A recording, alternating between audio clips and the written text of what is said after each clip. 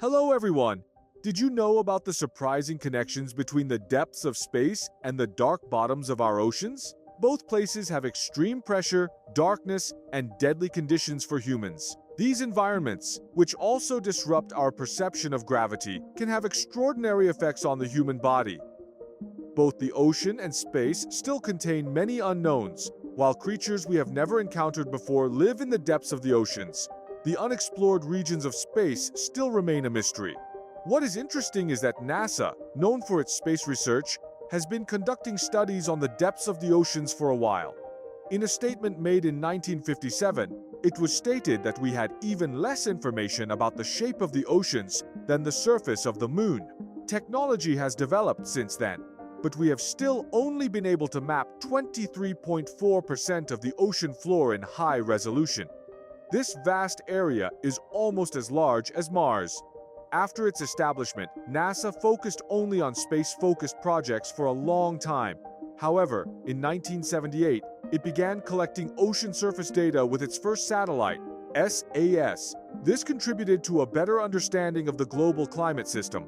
Since the 2000s, NASA has begun to use underwater environments as simulations in preparation for space missions. The Aquarius Base submarine laboratory off the coast of Florida has become an important center for astronaut training and scientific research. Established at a depth of 19 meters, this base allows researchers to stay at the bottom of the sea for days. This facility not only examines biodiversity, but also paves the way for the development of space technologies. The depths of the ocean offer unique opportunities for both Earth sciences and space exploration. In 2001, NASA stated in meetings with ESA and other space agencies that underwater living spaces are very similar to the conditions on the International Space Station. For this reason, facilities such as the Aquarius Base offer perfect environments for astronauts to prepare for space missions. During their time here, astronauts have the opportunity to simulate life in space both physically and psychologically. In the same year, NASA formalized this training and launched the first missions under the name Extreme Environment Mission Operations. Since then, astronauts from different countries have taken part in 23 different missions. These missions tested spacewalk simulations, special diving suits, and life support systems. However, NASA's aim to use underwater was not limited to training. The agency decided to develop machines to explore the oceans on other planets in future space missions.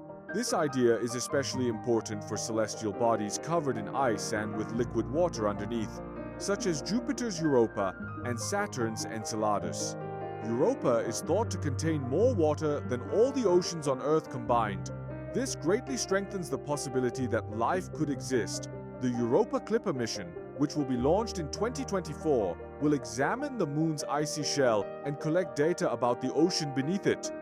Clipper's findings will allow cryobots to melt the ice and reach the water in the future. However, in cases where the signal cannot pass through the ice, cable systems are planned to be lowered with the cryobots. Searching for signs of life in these high-pressure, freezing dark waters could shed light on whether we are alone in space. If we are looking for unknown life forms, why don't we first delve into our own oceans instead of other planets? While the deepest ocean on Earth is 11 kilometers, the ocean on Europa is estimated to be 100 kilometers deep, with hydrostatic pressures of around 130 to 260 megapascals. If this were on Earth, it would be around 13 to 26 kilometers deep. For example, the pressure in the Mariana Trench is exactly 1,100 times the atmospheric pressure at the surface. Despite this, life continues to exist and even diversifies in these dark regions. The Galapagos expeditions in 1977 discovered rich ecosystems thriving around hydrothermal vents. Tube worms, crabs, various fish, and giant shrimp-like amphipods have been observed in these regions. Even giant finned squids measuring up to 8 meters have been encountered. These depths are called the Hadal Zone, named after Hades, the land of the dead in Greek mythology.